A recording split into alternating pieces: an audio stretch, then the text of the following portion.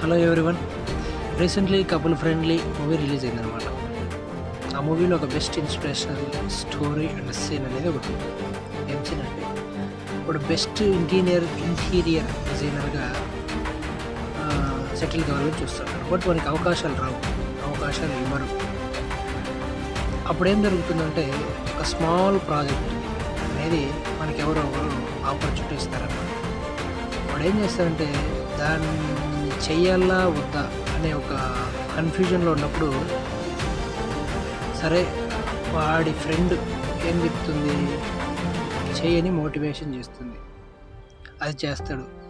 చేసిన తర్వాత ఏమవుతుందంటే, దాని ద్వారా దాన్ని బేస్ చేసుకొని ఒక పెద్ద ప్రాజెక్టు వానికి దక్కుతుందన్నమాట. ఎంత ప్రాజెక్ట్ అంటే బెస్ట్లో బెస్ట్ అనే ప్రాజెక్ట్ దక్కుతుంది. కాబట్టి చిన్నది లేని చులకనగా చూడడం మంచిది కాదు. డైరెక్ట్ పెద్దది కావాలంటే కుదరదు అనమాట. పెద్దది వస్తుంది. ఎప్పుడు వస్తుంది? మనం చిన్న దాంట్లో నమ్మకంగా ఉన్నప్పుడు పెద్దది అనేది కంపల్సరీ వస్తుంది. చిన్న దాంట్లోనే నమ్మకంగా లేనప్పుడు పెద్దదాని మీద ఆశపడడం తప్పు. కాబట్టి మనం ఏదైతే చేస్తున్నామో చిన్న పని కానీ దాంట్లో చాలా నమ్మకంగా ఉండడం చాలా బెటర్. అలా ఉన్నప్పుడే జరుగుతుంది. లేదంటే ఉన్నది పోతుంది, ఉంచుకుంటేది పోతుందని సామెత ఉంటుందన్నమాట.